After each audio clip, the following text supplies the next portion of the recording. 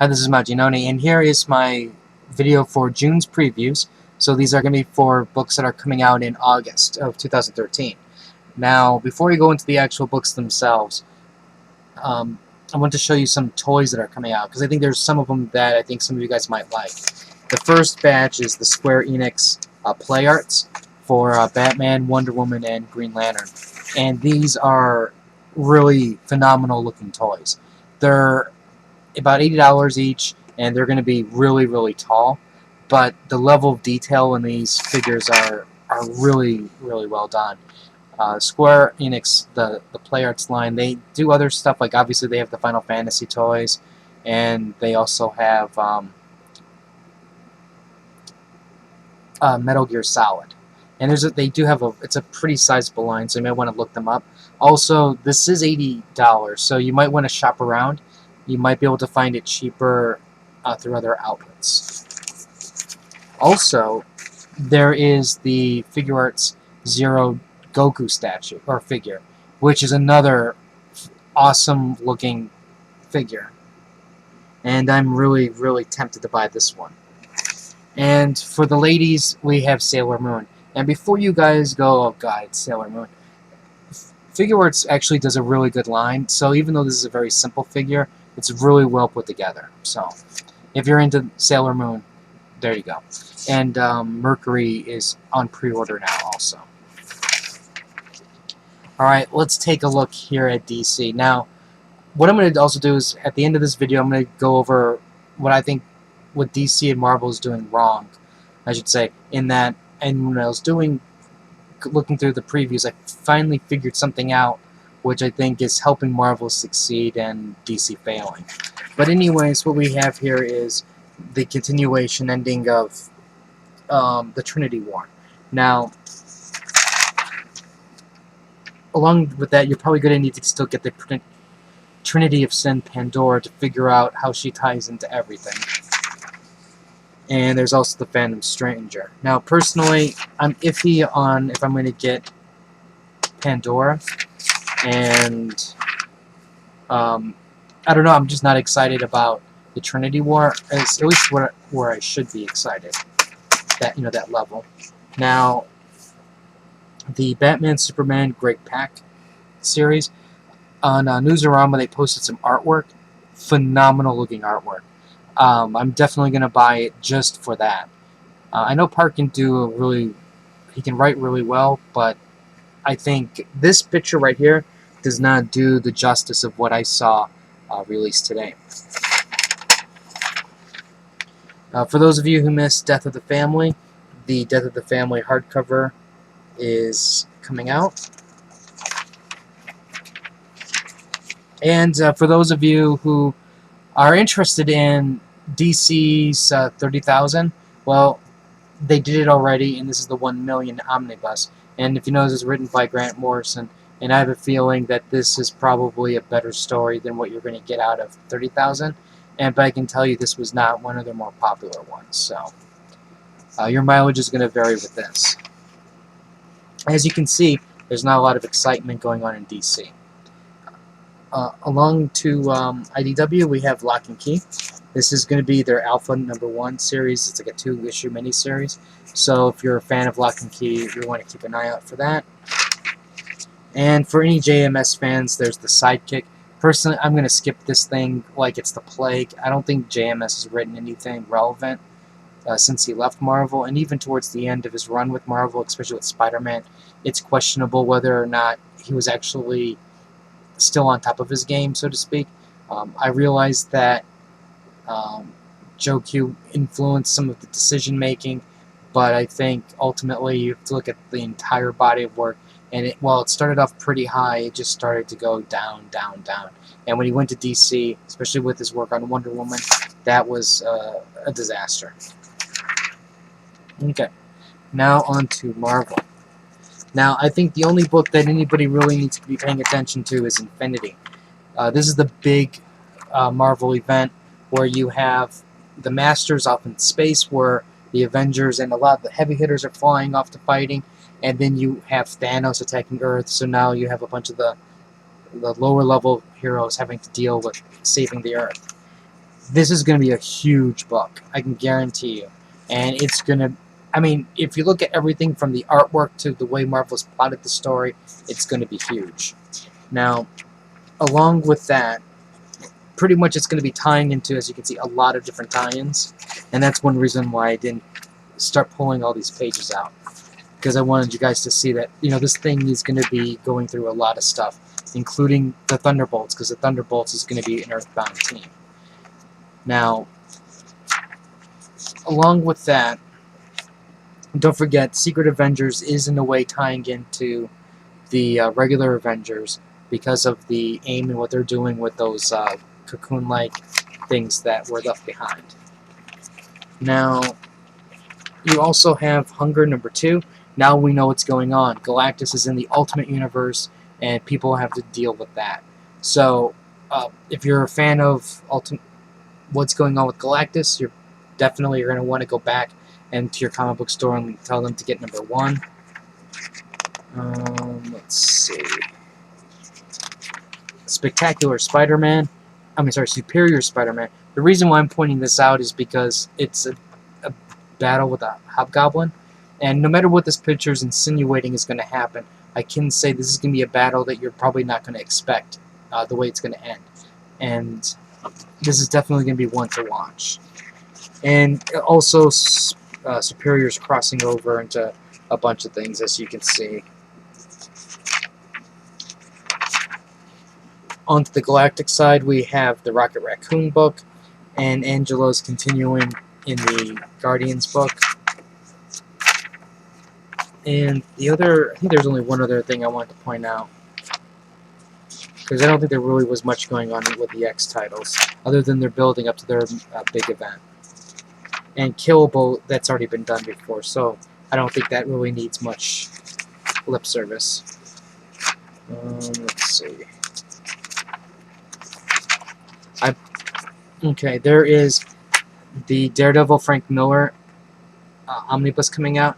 Highly recommend getting this book. This is, if you are a fan of Daredevil, this is a must buy. If you are a fan of comic books, this is a must buy. Then we have the original graphic novel OGNs. We have Avengers Endless Wartime, written by Ellis. Do not buy this full price. You can go to Amazon, and it's probably, I think it was around $45, $50. So you're automatically going to get a savings. You can go to Discount Comic Book Services and also do the same thing and get it at a discount. If you pay more than that, you are insane. And I think there was one more book.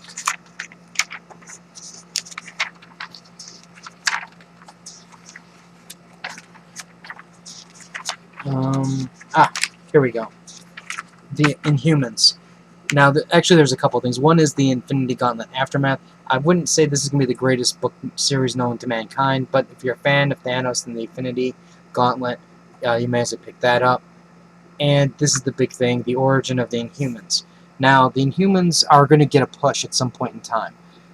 There's the rumors that they're going to be one of the next movies that are going to be coming out through Marvel. Because in a way, it's another version of a mutant. If you want to know who the Inhumans are and you want to get on board, right here. Highly recommend picking that up. And if for some reason, I thought there was one more.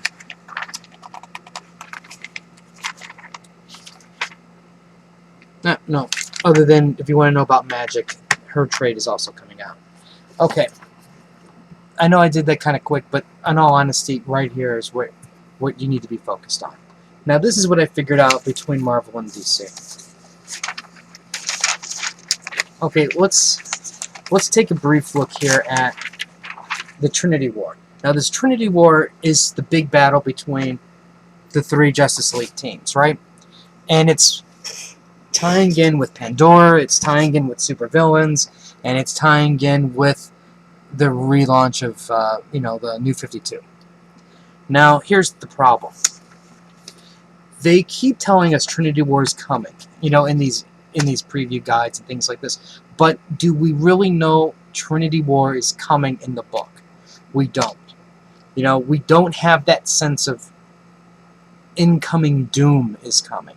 Like, For an example, in Justice League of America, we get the idea that, okay, they are the secret government offshoot of superheroes where they're ready to take down the Justice League at a moment's notice because they can't be trusted. And you have the Justice League Dark, which is the the spellcasters and things that go bump in the night. These three things are all individual, and they're not connecting well enough between them. There's no synergy between these titles because they're going from one storyline to another storyline to another storyline. Now, Justice League of America, they're doing it right there because they're showing that there's animosity between these two teams, and they're also showing the villains coming in. Now, Justice League hints a little bit that there are supervillains, it's a society of supervillains. And we got a couple pages here and there along the way, but it's not enough to develop a story. You can't build up an event with a page or two whenever they have space for it. And if, by comparison, for, in case you think I'm wrong, let's take a look at Infinity for a second. Marvel Now starts.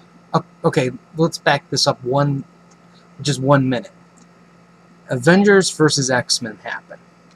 Huge fallout, right? Professor Xavier dies. There's mutants again. The comic world of Marvel is shook into its core.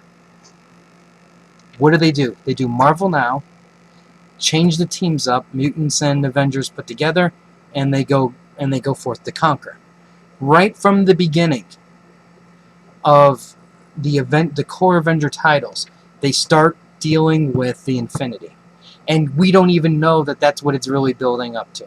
And it's not just one Avenger title doing it, it's a couple of Avenger titles. Because you have, not the Hickman one, but, not Uncanny, but it's the New Avengers, with the secret, or the Illuminati one. They're having the worlds, merging type thing. That's like a world-building event type thing. And then you have the other Avengers, where you have Cap and Iron Man building this big, massive team because they sense something is coming. And then they move the story in and out. And it's the primary drive. Even the Secret Avengers, when they go to AIM, that's also picking up a small, tiny piece of the storyline and running with it. So you're getting this huge story that's building up. And I guarantee you, every Avenger fan who is buying that book is going to buy the Infinity. Guaranteed. Because that is everything that has been building up to this point. Not only did they build it up with the Avengers, they're also dealing with it with the Guardians of the Galaxy, and Nova and Angela, which they tied in with Age of Ultron. Everything is tied together in some way, shape, or form. So this way, in most cases, your stories are getting touched in with this big, gigantic push. Now, obviously, like a story like Captain America or Spider-Man or Daredevil, they're not going to get that kind of attention. But if you look at the core team books, that's what's happening here. And if you look even back further with Avengers Disassembled, when Bendis started the Avengers, he started that trend already. If you really look back to that very beginning of the New Avengers, he was building one long story over time. And granted, we did get different plots along the way. We get different villains. We get different story arcs. But if you notice, he was building up a story over time, which eventually tied into Dark Reign, which eventually tied into The Siege. And they're doing it again here. They are making us invested in this book. Like, for an example, they could have just done Galactus appears in the Ultimate Universe, and they would have gotten some interest just by putting hunger. But imagine the talk now that they did that at the end of Age of Ultron. You read the Age of Ultron, that last page, you saw Galactus appear in the Ultimate Universe, and the internet went chatting.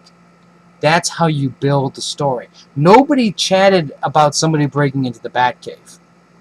maybe there might have been a couple Bat nerds, but nothing like what happened at the Age of Ultron, because people were bitching about it, people were saying how good it was, people were saying how it wasn't as good as Fear itself, or the A versus X, or whatever other miniseries that they liked more, but it got people talking, and then once you get people talking, it gets more people interested in what they're doing, especially with the hunger.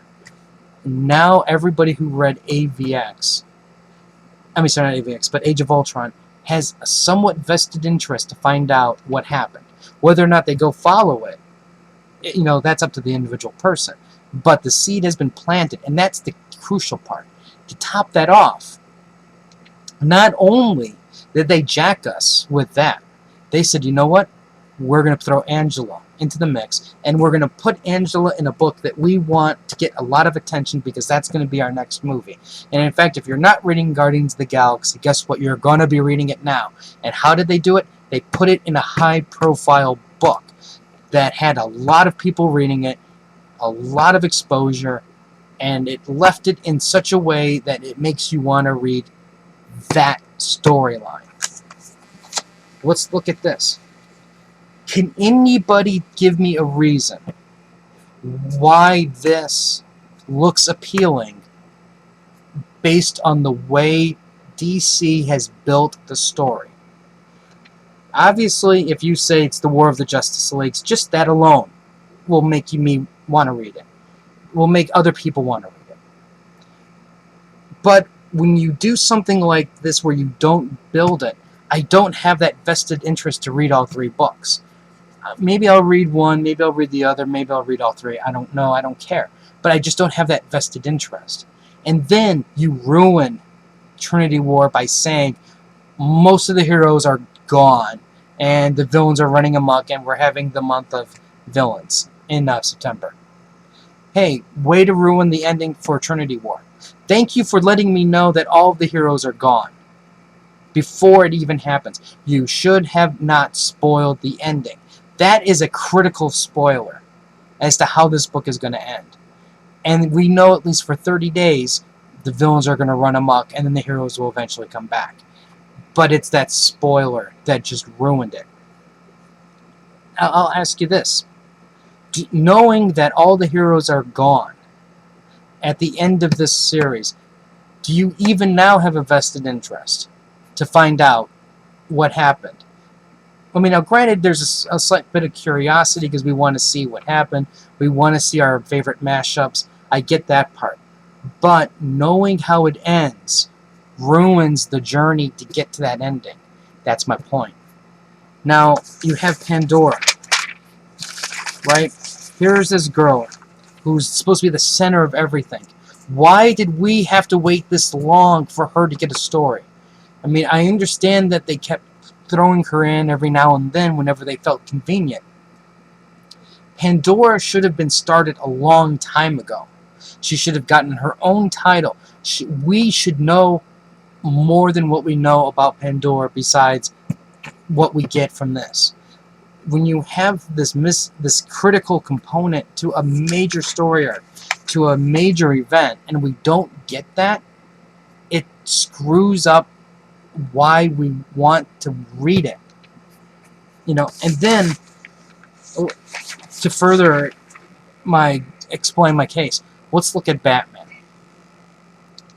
Batman started with Court of Owls, which, granted, was a fantastic story. But let's take a step back. Let's just imagine the New 52 didn't happen.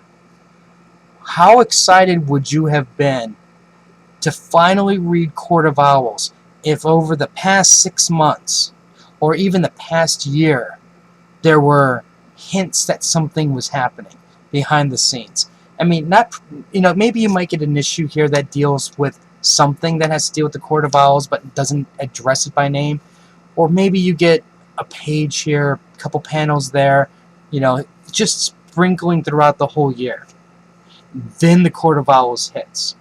How much more would you have been enthralled in reading every single issue? You would have been hooked before you opened that first page. Now we go to Death of the Family. we go from Court of Owls to Death of the Family. It's the same thing. This was a phenomenal story. I loved this almost, just as much as Court of Owls. But again, think about the anticipation of seeing Joker in the background. Just imagine the Joker in the background, appearing in Robin, appearing in Nightwing, in Batgirl, just doing random things. He doesn't even have to do anything to the story. It would have gotten the internet afire, going, what the hell is the Joker doing? And once you start building that up, then you can give Joker some dialogue, and then you can give the Joker his first strike. And we would have been fanboys just on the net screaming and going, oh my god, this was the greatest thing known to mankind. But they don't build that up. It's chapter ends and the new story begins. No build up.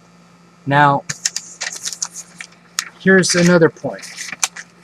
After you have Death of the Family, I didn't cut it out, but you have Year Zero, where now you're telling the origins, the hidden story of Batman.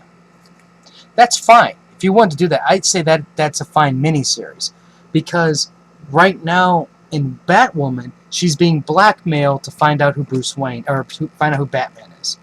Don't you think that that is a crucial storyline that should be tied into Batman?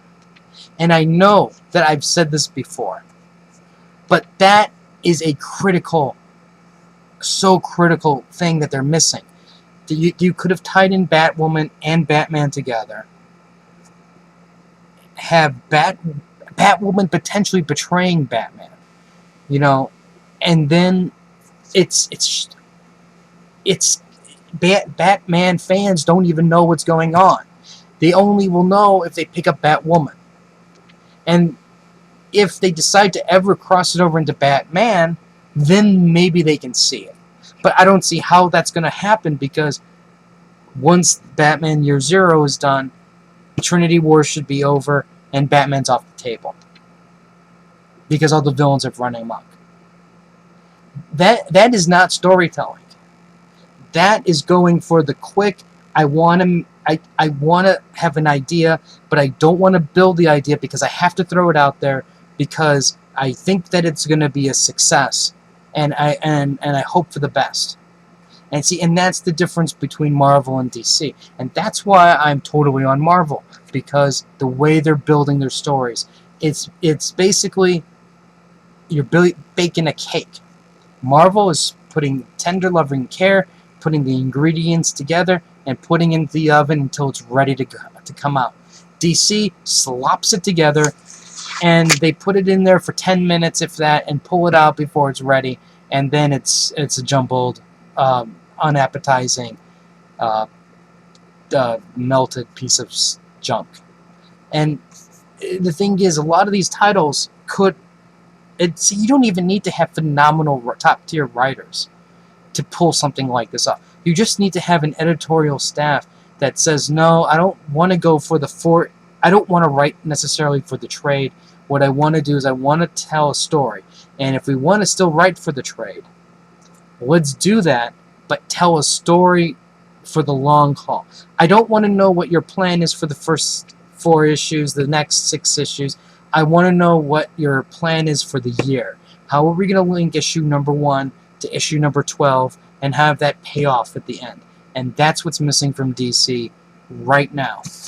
Because I guarantee you, this Trinity War should be amazing. And I know I'm getting down on it right now, because I believe it could ultimately be better than what it's going to turn out. But again, imagine what you would feel like with it's in Justice League, it's in Justice League Dark, it's in Justice League of America, and the secret society of villains are everywhere. You can see them in every single title. They're all plotting, and it's so obvious that something is going on, that if I was just a Green Arrow fan, I would know that there is something important that's going to happen. And that's what they really need. And I don't care if Jeff Johns is writing this. It don't matter. Because you know what this is going to turn into? This is going to turn into a Green Lantern War story. Where, yeah, we're going to have a lot of characters. And yeah, this is going to be so predictable with its ups and downs. And it's even predictable that one step further, because we already know that all the heroes disappear at the end. Which is the biggest... you don't understand the rage that I just felt when I read that. And then you try to tie in this 52 nonsense with 52 supervillains that in some cases people will care about, and most other cases people won't.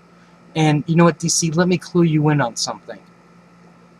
If I'm reading, let's say, okay, I'm just going to say I'm reading The Flash, and I am not happy with The Flash as of late. I'm kind of teetering. And I read that next issue is a villain that I don't care about, I'm dropping The Flash. It's that simple. I will drop that issue to avoid picking it up.